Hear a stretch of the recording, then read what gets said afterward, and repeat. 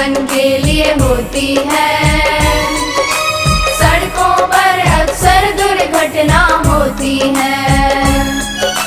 सड़क सुरक्षा जीवन के लिए होती है। सड़कों पर अक्सर दुर्घटना होती है। जीवन को हमसे जो छीने पल भर में, जीवन को हमसे जो छीने पल भर में, वो दुर्घटना बड़ी भयंकर होती है। सड़क सुरक्षा जीवन के लिए होती है। सड़कों पर अक्सर दुर्घटना होती है। सड़क सुरक्षा जीवन के लिए होती है। सड़कों पर अक्सर दुर्घटना होती है।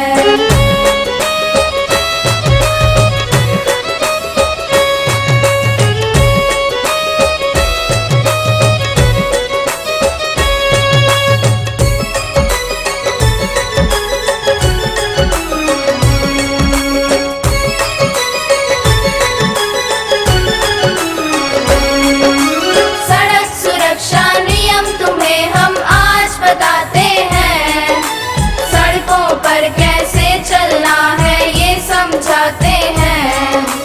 सड़क सुरक्षा नियम तुम्हें हम आज बताते हैं। सड़कों पर कैसे चलना है ये समझाते हैं।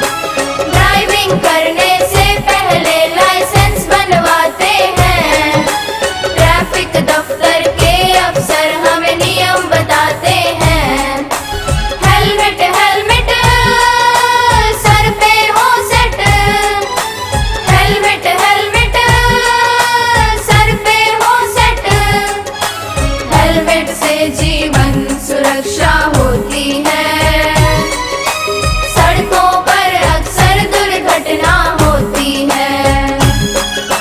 सड़क सुरक्षा जीवन के लिए होती है। सड़कों पर अक्सर दुर्घटना होती है।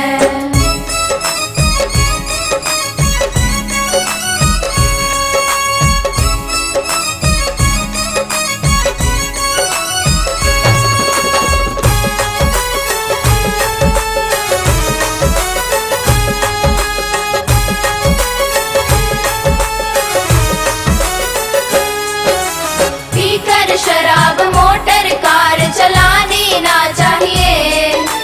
बत्ती होकर लाल चौक पर रुक जाना चाहिए। पीकर शराब मोटर कार चलानी ना चाहिए। सदस्य आज जाजपुर टाउन रे आम किसी रोड सचेतन कार्यक्रम करूटा कि आम पुलिस प्रशासन जाजपुर टाउन पुलिस प्रशासन आमको सहयोग कर एनसी कॉलेज सामने गोपबंधु छक कलेक्टर सामने कलेक्टर ऑफिस सामने एमती किसी जगह सचेतन कार्यक्रम कर